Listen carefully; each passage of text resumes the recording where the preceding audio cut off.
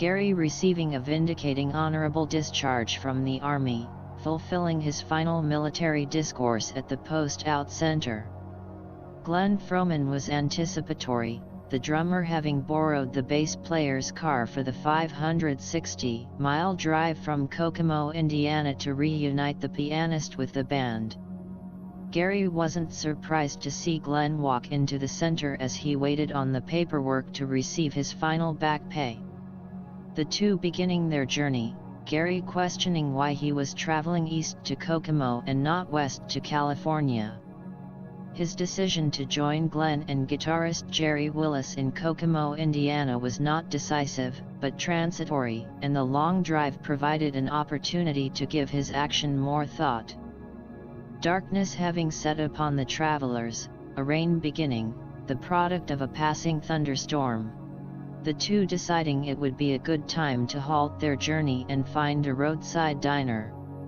Gary mentioning and Glenn receptive to traveling west to California, exploring the possibilities of booking the band. The roadside pause giving Gary an opportunity to call home. It had been a prolonged time since he had talked to his parents and he recognized their probable concern.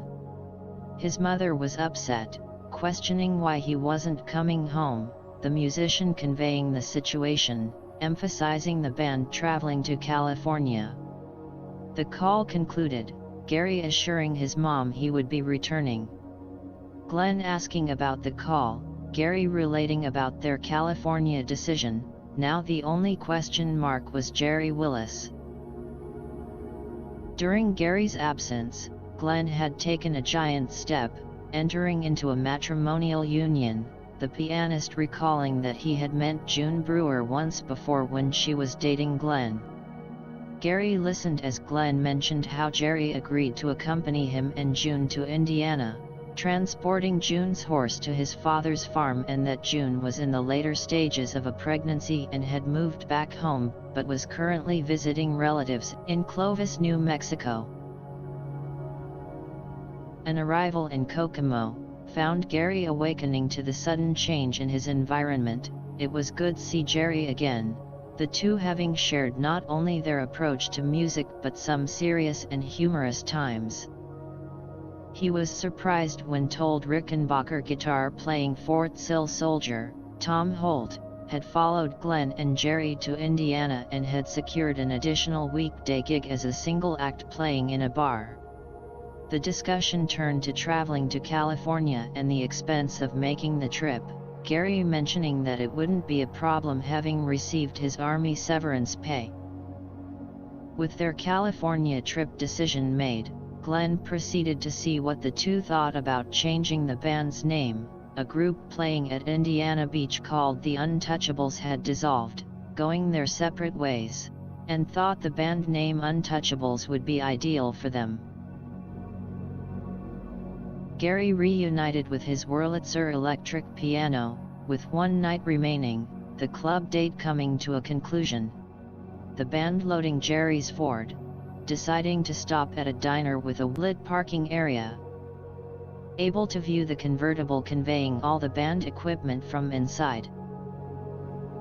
Their meal completed, the three approaching the car.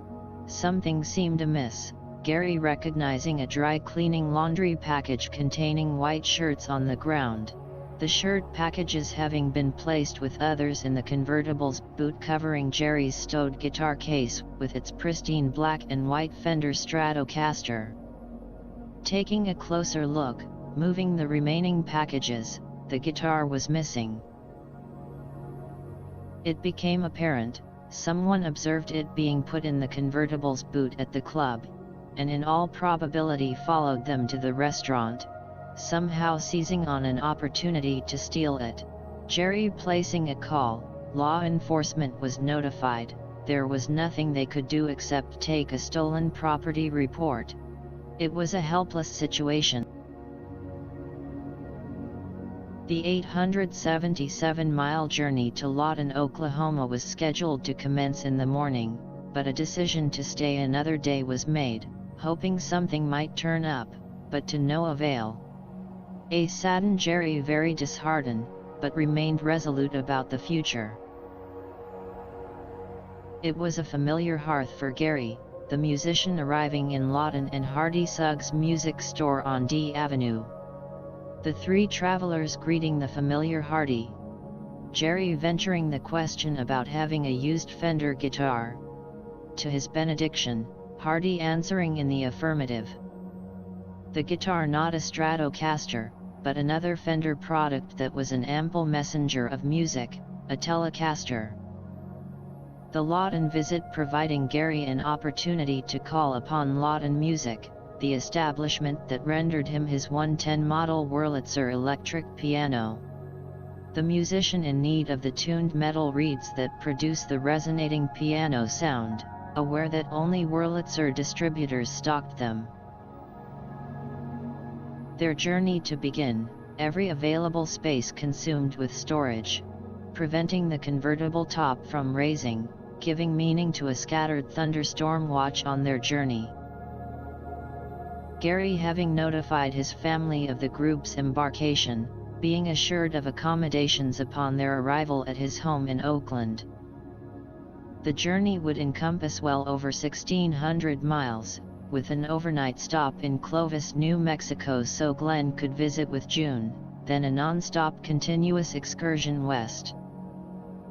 The enterprising exploit beginning, the Ford incurring the responsibility for success. The front seat of the open-air jitney providing a temporary home for the three Untouchables, and Gary's exit to Ambiguity.